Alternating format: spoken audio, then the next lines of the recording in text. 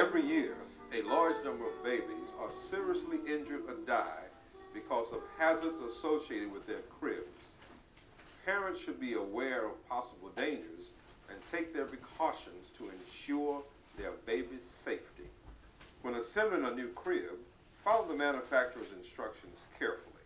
Place all slats no more than 2 3/8 inches apart. If the gap between the slats is wider, a baby's head can be trapped. Make sure all slats, screws, and bolts are firmly attached.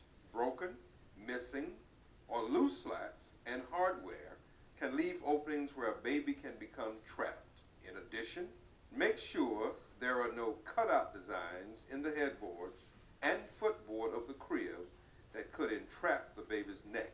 Check the crib mattress to be sure it fits snugly and is well supported. If you can fit 2 fingers between the mattress and the side of the crib, the gap is too wide and the mattress should be replaced. A baby can suffocate in those small gaps. Pillows are not intended to be used by infants. Keep them out of cribs to avoid suffocation. If you use crib bumper pads, make sure they fit around the entire crib and tie or snap securely in place.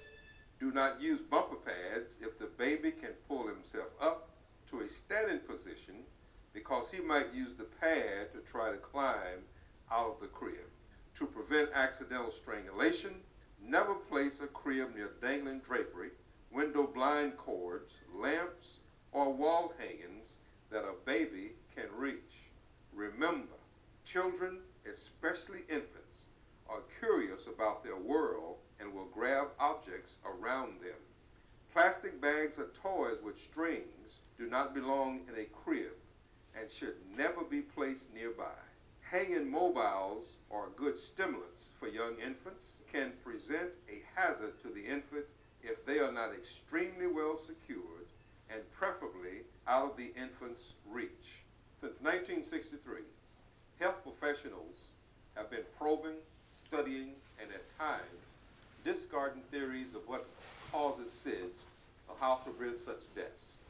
Scientists have developed specific hypotheses and set up controlled specific methods for testing and evaluating those hypotheses.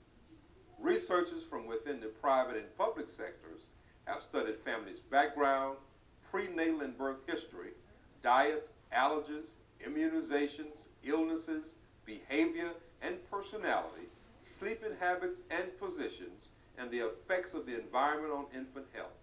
Researchers still do not know what causes SIDS. SIDS is still a mystery.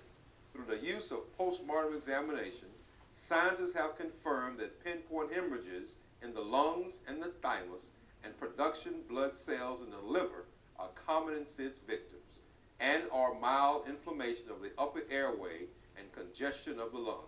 Because virtually all SIDS cases are presumed to occur when the infant is asleep, researchers continue to study sleep patterns, how infants awaken themselves, how they continue breathing during sleep, and other aspects of sleep that may help them understand the relationship between these two phenomena. Investigators also have found evidence that rebreathing expired air may have contributed to the deaths of infants initially diagnosed as have succumbed to SIDS. These infants were found prone, face down, on pillows or cushions filled with polystyrene beads. Other type of soft bedding may also be hazardous to infants. On January 5th, 1994, the Consumer Product Safety Commission issued a safety alert advising that parents not place infants to sleep on soft bedding products. SIDS is the leading killer of infants between 1 week and 1 year, with an approximate rate of 2 per 1,000 live births, 1 in 500. 6,000 to 7,000 babies die of SIDS every year in the United States. The peak age is around 2 to 4 months, and the majority of the deaths occur during the winter.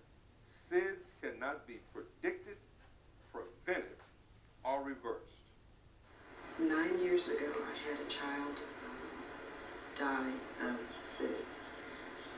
And It was the most traumatic experience I have ever encountered.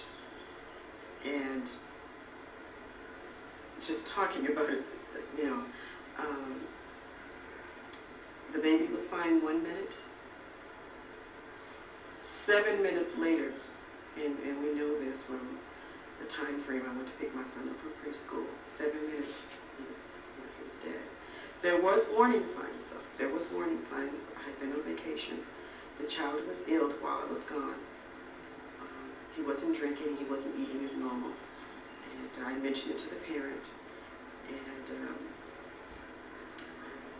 he died. And it was a long time before I could keep infants.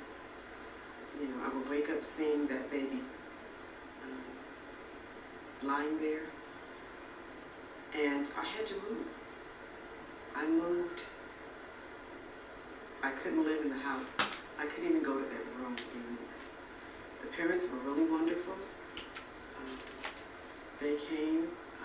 They were really wonderful about it. It was a while, but the mother did have another baby. She did bring the other baby to me. And when she brought the other baby to me, that one was a girl. The first child was a boy. The baby was on a monitor because they didn't want the same thing to happen again. Even the daycare children know, oh, false alarm, false alarm. So everybody was trained, you know, to know. And the baby was on a monitor for 9 months. And, you know, it felt good, the confidence in me, that they really didn't blame me. I blamed myself. I did have to have therapy. And the SIDS organization was wonderful. There was someone calling constantly. You know, they were concerned. I went to some group meetings. They've had a couple of people call me, you know, because of the experience. And they told me that I should be grateful that the child died with me and that the child didn't die at home. It's very hard, but it was very hard for me. But, you know, you never get over that experience, and it's going to happen in daycare. You know, you just have to be, it's just something that happens, and you just have to be prepared. The American Association of Pediatrics recommended in 1997 that infants be placed on their back. As studies have shown, this has reduced the rate of SIDS in some areas. Not all doctors are convinced, and babies have died of SIDS while sleeping on their side or back. There are a few exceptions for the back recommendation, such as if the baby has reflux or certain upper airway malfunctions, such as Robin syndrome. Also, these recommendations are for infants during sleep. While the infant is awake and observed, some tummy time is necessary for developmental reasons. Side sleeping is less risky than stomach sleeping, and there are several devices to help keep your infant propped up. But as soon as they start squirming a lot, you probably cannot use them.